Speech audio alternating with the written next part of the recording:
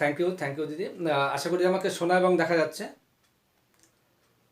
আহ, তো নাম তো শুনলেন, আমি প্রদ্যুৎ কুমার পাল। মিসেস সুমনা ব্যানার্জির সঙ্গে রায়গঞ্জ থেকে বিজনেসটা বিল্ড করছি। আমাদের আপলাইন শাশ্বতী ব্যানার্জি এবং মেন্টর আপলাইন ডক্টর সুভাষচন্দ্র সরকার ও সুদীপ্ত সরকার। তো হ্যালো, কেউ কিছু বলছেন? আচ্ছা। তো দিদি বললেন যে পাওয়ার, এই যে এত কিছু কাজ চিন্ময়দা বললেন, 5 স্টেপ টু সাকসেস। মাধবীদি যে সমস্ত জিনিসগুলো বলে গেলেন, তার 9 কোর স্টেপ, 4 বেসিক এবং 3 6 কার্ডিনাল রুল। তার মানে এখানে এই বিজনেসটা করতে গেলে কিছু কাজ করতে হয় আর কিছু কাজ করতে হয় না। তো কোনো কাজ করা এবং না করা দুটোর জন্যই যেটা দরকার হয় সেটা হচ্ছে শক্তি। আর এই শক্তি বললেই আমরা অ্যামওয়ের সিস্টেমে মোটামুটি আমরা এখানে প্রত্যেকেই জানি যে পাওয়ার বলতে গেলে এখানে 3 পাওয়ার, মানে হেডিংটা এরকম হয়ে গেছে যে 3 পাওয়ার মানে তিনটেই পাওয়ার, এরকম ব্যাপার। তো প্রত্যেকে আমরা জানি, যারা নতুন আছি তারা হয়তো ফার্স্ট টাইম শুনলেও শুনে থাকতে পারি। তো যাই হোক, 3 পাওয়ার কী আমি সেই দিক দিয়ে আসবো, কিন্তু আমি যেটা একটু একটু উল্টো দিক থেকে শুরু করি। যে পাওয়ার তো কী জিনিস সেটা জানবোই, আমরা বলবো একজন। তার আগে হয়তো পরের দিকে সময় শর্ট হয়ে যেতে পারে, এই জন্য আমি পরের অংশটা আগে বলে নিই যে এই পাওয়ারটা আমরা কিভাবে আর্ন করি, অর্থাৎ এই পাওয়ারটা কিভাবে আমরা নিয়ে আসি নিজেদের মধ্যে এবং এই বিজনেসে কিভাবে কাজ করতে পারি।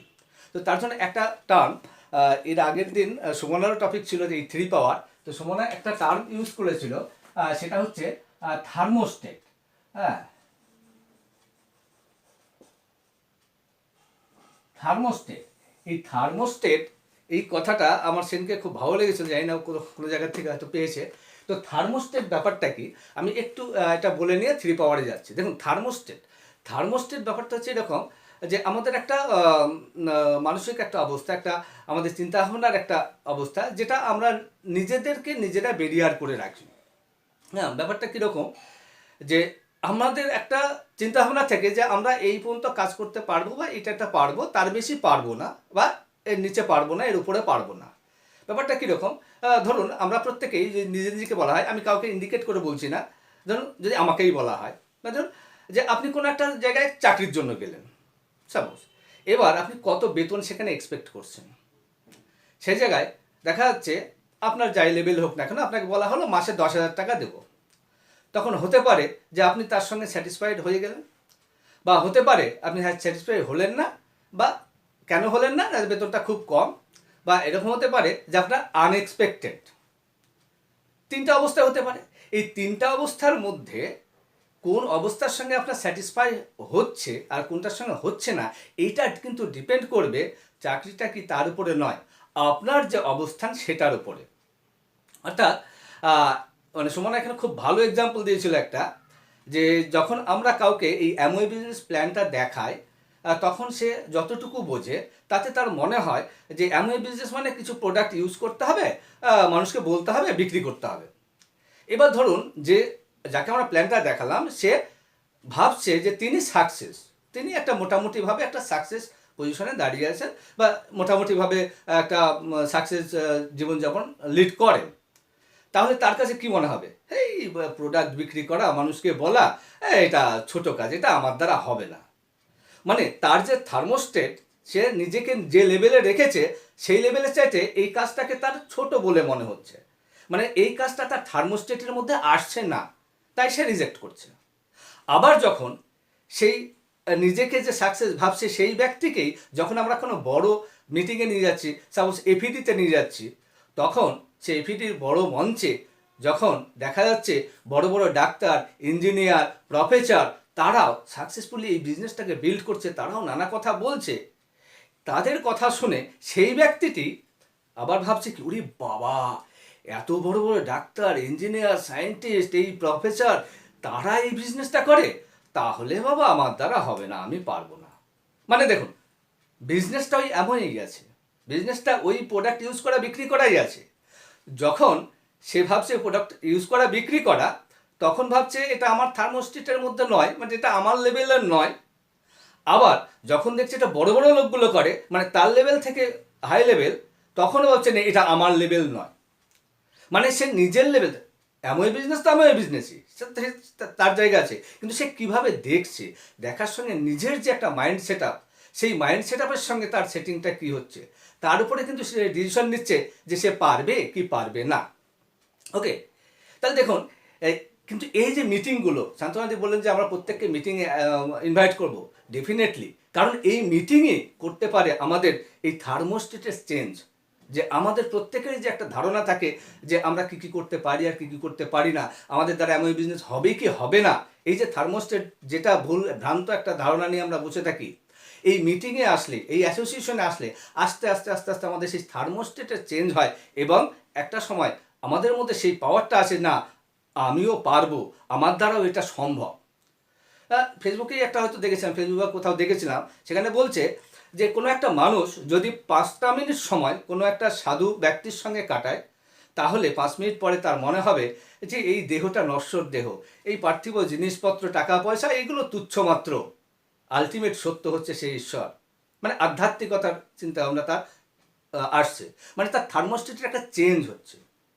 বলছে যদি 5টা মিনিট সময় কেউ কোনো একটা ইন্স্যুরেন্স কোম্পানির সঙ্গে, কোম্পানির এজেন্টের সঙ্গে বসে, 5 মিনিট পরে তার মনে হয় ধুর, বেঁচে থাকার সাথে মরে যাওয়া অনেক বেশি লাভজনক, অনেক বেশি টাকা পেতাম। মানে তার 5 মিনিটের মধ্যেই একজন ব্যক্তির অ্যাসোসিয়েশনে এসে তার থার্মোস্টেটটা চেঞ্জ হচ্ছে। 5টা মিনিট সময় যদি আপনি কোনো যারা ওয়াইন নেয়, যারা মাতাল, সেই মাতালের সঙ্গে বসেন, দেখবেন 5 মিনিট পরে অনেক ব্র্যান্ডের নাম আপনি বলতে পারবেন, যেটা এখন হয়তো পারেন না। অর্থাৎ 5 মিনিটে তার থার্মোস্টেটে চেঞ্জ হচ্ছে। তাই বলি ফ্রেন্ড, যে এমওই বিজনেস আমরা বিল্ড করছি যারা, তাদের আমাদের মধ্যেও এমন কিছু ইনবিল্ড করতে হবে যাতে আমাদের পাশে আমরা 5 মিনিট কারোর সঙ্গে কথা বললে যেন তার থার্মোস্টেটটা চেঞ্জ হয়, তারও যেন মনে হয় ধুর, যা কিছু করছি সব কিছু চাইছি যদি আমরা এমওই বিজনেসটা করি তাহলে এটাই বেটার। এই জিনিসটা আমরা ফ্লো করতে পারি এবং সেই পাওয়ারটা আমাদের মধ্যে ইনবিল্ড করতে হবে। তো এই পাওয়ারটা আমরা ইনবিল্ড করব কিভাবে? তার আগে আমাদের জানতে হবে পাওয়ারগুলো কি সেটাই যদি না জানি তাহলে আমরা কিভাবে নিজেদের মধ্যে পাওয়ার ইনবিল্ড করব। তাই চলুন জানি যে পাওয়ারগুলো কি। দেখুন, আমরা জানি, আবার বলে নিই, যে পাওয়ার এখানে বলাই হচ্ছে 3 পাওয়ার। মানে 3 পাওয়ার কি? যে একটা পাওয়ার হচ্ছে power of unity, number 2 power of submission, আর একটা হচ্ছে পাওয়ার অফ স্পোকেন ওয়ার্ড। তাহলে এই যে 3টা পাওয়ার, তাহলে পাওয়ার অফ ইউনিটি অর্থাৎ একতাই বল, একতাই শক্তি, এটা নতুন করে বলার কিছু নাই, আমরা প্রত্যেকেই জানি। কিন্তু এখানে একতাটা কাদের মধ্যে রাখতে হবে? দেখুন ফ্রেন্ড, এই বিজনেসটা বিল্ড করতে গেলে, এমন বিজনেস বিল্ড করতে গেলে ফার্স্ট যে একতাটা আনতে হবে সেটা হচ্ছে কি, bring unity in family first. অর্থাৎ প্রথম ইউনিটি আনতে হবে আমাদের ফ্যামিলি মেম্বারদের মধ্যে। সাপোজ ধরুন একটা পরিবারে 5টা ফ্যামিলি মেম্বার রয়েছে, এবার সেই 5 জনের মধ্যে একজন, মানে 5 জন 5টা ব্র্যান্ডের পেস্ট দিয়ে দাঁত মাজে, এটা কি হয়? এটা কি সম্ভব বা বাস্তবিক? বা যদি এটা হয় তাহলে কীরকম হবে? আর তা না হয় যদি প্রত্যেকে একই পেস্ট দিয়ে ইউজ করে, সাধারণত সেটাই করে, এটাই ইউনিটি। তাহলে এই যে ফ্যামিলি মেম্বাররা প্রত্যেকেই যদি প্রথমে আমাদের প্রোডাক্ট ইউজের দিক দিয়ে ইউনিটাইড হয়, তাহলে কি হচ্ছে, আবার সেই প্রোডাক্টটা যদি অ্যামওয়ের প্রোডাক্ট হয়, তাহলে দেখুন ভলিউমের দিক থেকে আমাদের বিজনেসটা কতটা এগিয়ে যেতে পারে। তাহলে এই ফ্যামিলি মেম্বারদের মধ্যে যে ইউনিটির প্রথম কি, চয়েস অর প্রোডাক্ট ইউজ, তাদের টেস্ট, এই জায়গাগুলোতে আমাদের ইউনিটাইড করতে হবে।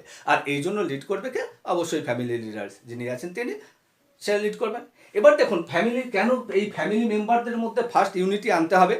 যে ধরুন সাপোজ আপনি এমওই বিজনেসটাকে বিল্ড করছেন, এবার সেই জায়গায় আপনার ফ্যামিলিতে যে সমস্ত মেম্বাররা আছে তারা এই বিজনেস সম্পর্কে অন্য কথা বলছে বা অন্য মত পোষণ করছে। আপনি এমওই বিজনেস বিল্ড করছেন, অথচ আপনার বাড়ির কোনো মেম্বার গিয়ে দোকান থেকে অন্য ব্র্যান্ডের পেস্ট কিনে নিয়ে আসছে, আর আপনি আবার সেই দোকানদারের বাড়িতে গিয়েই গ্লিস্টারের উপকারিতা বোঝাচ্ছেন। ব্যাপারটা কেমন হবে? হাস্যকর হবে না? কাজেই ফার্স্ট যেটা নিয়ে আসতে হবে সেটা হচ্ছে আমাদের ফ্যামিলি মেম্বার যারা, তাদের মধ্যে ইউনিটিটা নিয়ে আসতে হবে, যাতে করে আপনার বিজনেস ভলিউম থেকে শুরু করে বিজনেস বিল্ড করতে সুবিধা হয়। নেক্সট কাদের মধ্যে ইউনিটি আনতে হবে? আমাদের B United with upline and with our team. আমাদের আপলাইন এবং টিম। দেখুন আপলাইন বলতে এখানে শুধু যে আপনাকে যিনি জয়েন করিয়েছেন তিনি আছেন তা নয়, এখানে সিরিজ অফ আপলাইন রয়েছে। সিরিজ অফ আপলাইন, এই যে সিরিজ অফ আপলাইন তাদের সঙ্গে প্রত্যেকের সঙ্গে ইউনাইটেড থাকতে হবে। আর থাকতে হবে কাদের সঙ্গে ইউনাইটেড? না তো উইথ টিম, যে আপনার যে টিম মেম্বার, আমার যে টিম মেম্বার তাদের সঙ্গে। অর্থাৎ আমি যেমন আমার আপলাইনদের সঙ্গে ইউনাইটেড থেকে তারা যা শেখাচ্ছেন সেটা শিখছি, ঠিক সেই জিনিসটাই যেন আমার ডাউনলাইনকে আমি ফ্লো করতে পারি। এই জন্য আপলাইন ডাউনলাইনের মধ্যে একটা ইউনিটি অবশ্যই রাখতে হবে, যেটা এই বিজনেসের ক্ষেত্রে না হলে বিজনেস বিল্ড করা খুবই difficult. Number 3, united to Amway family. Amway family, এখানে অ্যামওয়ে ফ্যামিলি বলা হচ্ছে কেন? অ্যামওয়ে ফ্যামিলি বলতে এখানে অ্যামওয়ে যে অফিসিয়ালসরা, অ্যামওয়ে যারা ট্রেনাররা রয়েছেন, ঠিক আছে, সবাইকে মিলে এবার তাদের সঙ্গেও আমাদের ইউনাইটেড থাকতে হবে। ধরুন অ্যামওয়ে ট্রেনাররা কোনো একটা প্রোডাক্ট সম্পর্কে যে নলেজটা শেয়ার করলেন, এবার আমরা যদি তার উল্টো নলেজ শেয়ার করি তাহলে সেটা কি হবে? সেটা ডেফিনেটলি হবে না। তাহলে তারা যে জিনিসটা শেয়ার করছে আমরা সেই জিনিসটা শুনে শিখে শেয়ার করছি এবং শেখাচ্ছি। তার মানে কি আলটিমেটলি তাদের সঙ্গে আমাদের ইউনাইটেড থাকতে হচ্ছে। তারা যা বলছে আমরা সেটা শুনছি, আমরাও সেটাই বলছি, অর্থাৎ ইউনাইটেড কিন্তু তাদের সঙ্গে আমাদের থাকতেই হচ্ছে। আর কি? আর ইউনাইটেড থাকতে হবে with Gurukul family. Gurukul family, এখানে গুরুকুল হচ্ছে কি আমাদের এডুকেশন সিস্টেম, প্রত্যেকে আমরা জানি যে অ্যামওয়ে কী করে। অ্যামওয়ে শুধুমাত্র আমাদের কিছু প্রোডাক্ট দেয় এবং প্রোডাক্ট নলেজটা দেয়, ব্যাস। কীভাবে এই যে এই প্রোডাক্ট এবং প্রোডাক্ট নলেজটা নিয়ে কিভাবে বিজনেসটা বিল্ড করতে হবে সেটা শেখায় কিন্তু আমাদের গুরুকুল এডুকেশন সিস্টেম। এবং এই গুরুকুল এডুকেশন সিস্টেম আমাদের যে সাইডে গুরুকুলের আলাদা ইয়ে আছে, সেই জায়গা থেকে আমরা তাদের সিডি, তাদের অডিও, তাদের ভিডিও সমস্ত কিছুই পাচ্ছি। এবং এই সমস্ত সিডি, অডিও, ভিডিও এইগুলো তৈরি করার জন্য তার ব্যাকগ্রাউন্ডে কিন্তু প্রচুর মানুষ রয়েছে যারা এর পিছনে অক্লান্ত পরিশ্রম করে যাচ্ছেন। এবং তাদের কাউকে আমরা পর্দায় দেখতে পাই, কাউকে আমরা ফিজিক্যালি দেখতে পাই, কাউকে দেখতে পাই না, অধিকাংশ লোককেই কিন্তু দেখতে পায় না গুরুকুলে, জানি হয়। তো এই তাদের সঙ্গেও আমাদের কৃতজ্ঞ থাকতে হবে, তাদের সঙ্গেও আমাদের ইউনাইটেড থাকতে হবে। তাই এইভাবে যদি আমরা একত্রে কাজ করতে পারি তাহলে এই যে একটা শক্তি পাবো সেটা একটা বিশাল শক্তি, এবং যে শক্তি দিয়ে আমরা কিন্তু বিজনেসটাকে বিল্ড করতে পারবো, এগিয়ে নিয়ে যেতে পারবো। নেক্সট চলুন, পাওয়ার অফ সাবমিশন। সাবমিশন, সাবমিশন কথাটার অর্থ কী? অর্থাৎ কোনো একটা মিশনকে সাকসেস করতে গিয়ে কোনো একজন গুরুর কাছে বা কোনো একটা সিস্টেমের কাছে নিজেকে সাবমিট করে দিতে হবে। সাবমিশন অর্থাৎ কোনো মিশনকে সাকসেস করার জন্য আমাদের সমর্পণ করতে হচ্ছে কোনো একজনের প্রতি, তাহলে সেটা সাবমিশন। তাহলে এই যে সাবমিশন, নিজেকে উৎসর্গ করে দেওয়া, তো কার উপরে আমরা নিজেকে সাবমিশন করব, কার উপরে আমরা নিজেকে উৎসর্গ করে দেব? ফার্স্ট যেটা করতে হবে সেটা হচ্ছে সাবমিট টু গড ফার্স্ট। অর্থাৎ প্রথম আমরা যার উপরে সাবমিটেড করব নিজেকে সেটা হচ্ছে আমাদের ভগবান, আমাদের ঈশ্বরের প্রতি আমাদের কিন্তু সাবমিটেড থাকতে হবে। এবং এই সাবমিশনটা ফ্রেন্ড, ঈশ্বরের প্রতি সাবমিশন বললে আমার এই একটা গল্প আমি বলি প্রত্যেকটা মিটিংয়ে, মানে এই 3 পাওয়ার বলতে গেলেই এটা আমার চলে আসে। সেটা হচ্ছে সেই পাহাড়ে ওঠার, পর্বতারোহী পাহাড়ে ওঠার গল্পটা। আমরা প্রত্যেকেই জানি, গল্পটা রিপিট করছি না।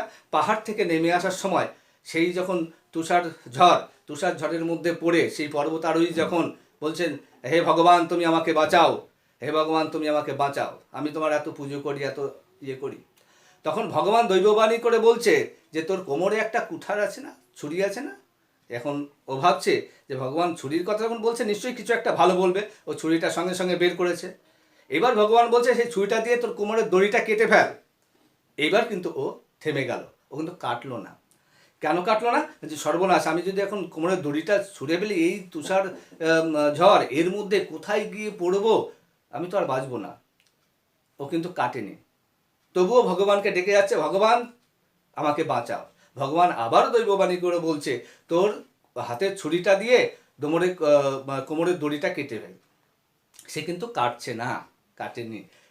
লাস্ট মিনিটে যখন সে মানে বরফে ফ্রিজ হয়ে যাচ্ছে, হাত পা ফ্রিজ হয়েছে, আর চলতে পারছে না, নামতে পারছে না, তখনও ভগবান আবার দৈববাণী করে বলল তোর এখনও সময় আছে, হাতের ছুরিটা দিয়ে কোমরের দড়িটা কেটে দে। ও কিন্তু কাটেনি, যে ভগবান, আর ভগবানকেই দোষারোপ করছে, ভগবান আমি তোমার এত পুজো করি, আমি তোমার এত ভক্ত, তোমাকে এত মানে মানি, আর তুমি বলছো আমার কোমরের দড়ি কেটে দিতে, আমাকে মেরে ফেলার বুদ্ধি। যাক আমি আর কাটবো না, ভগবান যা করে করবে। তবুও ভগবান যা করে করবে বলে সে কিন্তু আর কাটলো না। ফলটা কি হলো আমরা জানি গল্পে, যে কিছুক্ষণ পরে ঝড় বৃষ্টি মানে তুষার ঝড় থেমে গেছে, সূর্যের আলো, রাত্রি অন্ধকার চলে গেছে, সূর্যের আলো ফুটেছে। এবার তার পাশ দিয়ে কয়েকজন হেঁটে হেঁটে যাচ্ছে আর গল্প করছে, লোকটা কি বোকা দেয়, রাস্তা থেকে মাত্র 2 ফুট উঁচুতে বরফের চাইকে ধরে মরে পড়ে আছে, হাতে তার ছুরিও আছে, ছুরিটা দিয়ে দড়িটা কেটে ফেললেই ও রাস্তায় পড়ে যেত, আর যাই হোক মারা তো যেত না। কি বোকার বোকা। তাহলে দেখুন, ভগবান কিন্তু দৈববাণী করেছিলই, তারও ভগবানের প্রতি বিশ্বাস ছিলই, কিন্তু কীরকম বিশ্বাস ছিল, ভগবানের প্রতি বিশ্বাস করে সাবমিট করে নিজের দড়িটা কিন্তু কাটতে পারিনি ফ্রেন্ড। তাই বলে এখানে এইরকম বিশ্বাস সাবমিশন থাকলে কিন্তু চলবে না, এখানে সাবমিশন সেটা হতে হবে যে কোমরের দড়ি কেটে আমাদের মানে ভগবান যেটা বলছে সেটা আমাদের করতে হবে, সাবমিশনটাকে সেই পর্যায়ে নিয়ে যেতে হবে। কার প্রতি? ভগবানের প্রতি। আর কার প্রতি? একই সাবমিশন রাখতে হবে আমাদের আপলাইনের প্রতি। কেন আপলাইনের প্রতি আমরা সেই সাবমিশন রাখবো? কারণ আপলাইন মানে আমরা যে পথটা পার হতে যাচ্ছি, আপলাইন কিছু কাল আগে কিন্তু সেই পথ দিয়ে এগিয়ে গেছে, অর্থাৎ সেই পথটা আপলাইন খুব ভালো করে জানে যে কোথায় রিস্ক আছে আর কোথায় ভালো আছে। অর্থাৎ এই আপলাইনের পরে যদি আমরা সাবমিশন করি, তাহলে আলটিমেটলি আমরা এমন বিজনেসের প্রত্যেকে এটা জানি যে কোনো আপলাইনই চাইবে না, মানে কোনো মানুষই চাইবে না তার নিজের বিজনেসের ক্ষতি হোক। আর আমরা জানি এমন বিজনেসে ডাউনলাইনের যত উন্নতি হয়, আপলাইনের তত উন্নতি। তো কোনো আপলাইন কি চাইবে নিজের বিজনেসের নিজে ক্ষতি করতে? নিশ্চয়ই চাইবে না। অতএব আপলাইন যেটা বলছে একদম পুরোপুরি সাবমিট, 100% আপলাইনকে সাবমিট করে তার কথা শুনে আমাদের চলতে হবে। নেক্সট কোথায় আমাদের সাবমিট করতে হবে? আমাদের সাবমিট করতে হবে গুরুকুল এডুকেশন সিস্টেমের প্রতি, যে সিস্টেমের কথা আমরা বললাম। আলটিমেটলি আমরা নিজেকে সাবমিট করব অ্যামওয়েল যে সেলস অ্যান্ড মার্কেটিং সিস্টেম, সেই সিস্টেমের প্রতি। এবং অ্যামওয়েল সেলস অ্যান্ড মার্কেটিং সিস্টেম দেখবেন প্রতি মুহূর্তে চেঞ্জ হয়, মানে কিছুকাল পর পর, কিছুদিন পর পর চেঞ্জ হয়। যখন চেঞ্জ হয় তখন কিন্তু আমাদের মনে হয় যে আগেরটাই ভালো ছিল, এইটা আবার কি আসলো, আগেরটাই ভালো ছিল, এটা আবার কঠিন হয়ে গেল। কিন্তু ফ্রেন্ডস দেখুন, এই যে পরিবর্তন, এখানে একটা কথা আছে, there is only thing is fixed that is change. এই পরিবর্তনটাই পৃথিবীতে কিন্তু অপরিবর্তিত রয়েছে ফ্রেন্ড, অন্য কিছু কিন্তু মানে সব কিছুই পরিবর্তনশীল আর কি। দেখুন, এই পরিবর্তনের সঙ্গে নিজেকে খাপ খাইয়ে নেওয়া, নিজেকে খাপ খাইয়ে আমাদের নিতে হবে। আর এই পরিবর্তনের সঙ্গে নিজেকে খাপ খাইয়ে নিতে পেরেছিল বলেই ডাইনোসর আর ওই আরশোলা একই সময় পৃথিবীতে আবির্ভাব করলেও পরিবর্তনের সঙ্গে খাপ খাওয়াতে আজকের দিনেও আরশোলা কিন্তু আমাদের ঘরের আনাচে কোনাচে ঘুরে বেড়ায়। আর ফ্রেন্ড, ডাইনোসর অত বড় প্রাণী হওয়া সত্ত্বেও সে পরিবর্তনকে মেনে নিতে পারেনি বলে বহু যুগ আগে পৃথিবী ছেড়ে চলে গেছে। তাই বলি ফ্রেন্ড, যখন যে চেঞ্জটা আসছে, সেই চেঞ্জটাকে আমরা এই কথা না বলে যে আগেরটাই ভালো ছিল সেইটা না বলে যদি মেনে নিই যেটা আসছে এইটাই ভালো হচ্ছে, তাহলে ফ্রেন্ড আমরা পৃথিবীর বয়স যেরকম বাড়বে, অ্যামোয়ের বয়সও তো সেরকম বাড়বে, আমরাও কিন্তু অ্যামোয়ের সঙ্গে এগিয়ে যেতে পারবো ফ্রেন্ড। আর যদি নিজেকে ওই পরিবর্তনকে মানিয়ে নিয়ে নিজেকে চেঞ্জ করতে না পারি, তাহলে ডাইনোসরের মতো আমাদেরকেও চলে যেতে হবে। কিন্তু ফ্রেন্ড, অ্যামোয়ে যেহেতু চেঞ্জ করছে, অ্যামোয়ে থেকে যাবেই, আপনি থাকুন বা না থাকুন। তাই বলে ফ্রেন্ড, এই Amway sales and marketing friend যে সিস্টেম, সেই সিস্টেমে যে চেঞ্জের সঙ্গে সঙ্গে নিজেকে আপডেট করে নিতে হবে আমাদের এই বিজনেসটাকে বিল্ড করতে হলে। নেক্সট আমরা যাই পাওয়ার অফ স্পোকেন ওয়ার্ড। দেখুন, পাওয়ার অফ স্পোকেন ওয়ার্ডে একটাই কথা বলার, সেটা হচ্ছে don't speak what we don't want. অর্থাৎ আমরা যেটা চাই না সেটা আমরা বলবো না, rather speak what we want, বরং আমরা যেটা চাই সেটাই বলবো। কিন্তু বাস্তবিক পক্ষে কী হয়? হুইচ উই ডোন্ট, যেটা আমরা করি না। দেখুন, আমরা বাড়িতে বাচ্চা কাচ্চা ছেলে মেয়েদের সবসময় বকাবকি করি কি, তুই গাধা, তোর মাথায় কিছু নেই, তোর অমুক, তোর তসুক। কিন্তু বলুন তো, কেউ কি আমরা নিজেদের ছেলে মেয়েরা সেই গাধা বা তার মাথায় কিছু না থাকুক, জীবনে কিছু না করতে পারুক, এটা কি চাই মন থেকে? কেউ চায় না, অথচ আমরা বলি সেটাই। অর্থাৎ হুইচ উই ডোন্ট, আমরা যেটা কখনোই করি না। কিন্তু ফ্রেন্ড, এখানে বলবো যেটা আমরা চাই সেটা বলবো, যেটা চাই না সেটা বলবো না। আর কি, আর এখানে আরেকটা কথা আমাদের মনে রাখতে হবে যে সেখানে 3C বলে একটা কথা আছে। 3C 3C কি, ডোন্ট হ্যাভ ক্রিটিসাইজ, আমরা কখনো কোনো কিছু নিয়ে ক্রিটিসাইজ করব না, অলওয়েজ অ্যাপ্রিসিয়েট করবো, আমরা সব কিছুকে অ্যাপ্রিসিয়েট করবো, ক্রিটিসাইজ করবো না। কি, ডোন্ট হ্যাভ কমপ্লেন, আমরা কমপ্লেন করা, এটা হলো না কেন, ওটাকে কেন হলো, এই যেটা কমপ্লেন করবো না, but try to solve the problem, যে সমস্যাটা হয়েছে সেই সমস্যাটা সলভ করার চেষ্টা করব। আর কি, উই ডোন্ট কন্ডেম, অর্থাৎ পিএনপিসি করবো না, পিএনপিসি পরনিন্দা পরচর্চা আমরা করব না। এইগুলো যদি না করি তাহলে ফ্রেন্ড আমাদের মধ্যে সেই পাওয়ারটা আসবে, যে পাওয়ারটা আমাদের মধ্যে, সেই পাওয়ারটা আমাদের মধ্যে ইনবিল্ড করতে পারবো, যে পাওয়ারের বলে প্রথমেই আমি বললাম যে 5টা মিনিট সময় যদি কেউ আমার সঙ্গে থাকে তাহলে 5 মিনিট পরে তার থার্মোস্ট্যাটে চেঞ্জ হয়ে এই কথা তার মুখ দিয়ে বেরোবে, দাদা আমিও বিজনেসটা করব, কিভাবে করতে হবে বলুন তো। এই পাওয়ারটা আমাদের মধ্যে ইনবিল্ড করতে হবে, যতক্ষণ আমরা সেটা না পারছি ততক্ষণ আমাদের চেষ্টা করেই যেতে হবে, প্র্যাকটিস করেই যেতে হবে, আর প্র্যাকটিস করলে ডেফিনেটলি একদিন সেটা হবে। তো লাস্ট আমরা ডক্টর এপিজে কালামের সেই বিখ্যাত যে কথা, যেটা না বললে যে এই যে পাওয়ার অফ স্পোকেন ওয়ার্ড, এটা শেষ করাটা ঠিক হয় না, সেই কথাগুলো বলে শেষ করি যে এই স্পোকেন ওয়ার্ডের মধ্যে আমরা কোন 5টা শক্তিশালী শব্দ বলবো। ডক্টর এপিজে আব্দুল কালাম বলে গেছেন, সেটা কি, আই অ্যাম দ্য বেস্ট, আমি হচ্ছে সেরা, আই ক্যান ডু ইট, আমি এটা করতে পারি, god is always with me, ভগবান সর্বদাই আমার সঙ্গে রয়েছেন, আই অ্যাম দ্য উইনার, আমি বিজয়ী, আর টুডে ইজ মাইন, আজকের দিনটা আমার। থ্যাংক ইউ, আবার টু হোস্ট।